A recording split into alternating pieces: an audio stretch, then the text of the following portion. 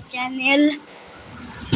তো হচ্ছে কালকে আমরা দাদু বাড়ি চলে যাব, আর আজকে আমার দিনটা খুব ভালো, কিন্তু অতটা ভালো না। কারণ হচ্ছে মানে যেই দিন আমরা যাই সেই দিনের পরের দিন মানে খুব আস্তে আস্তে যায়, দিনটা অনেক আস্তে আস্তে যায়। তো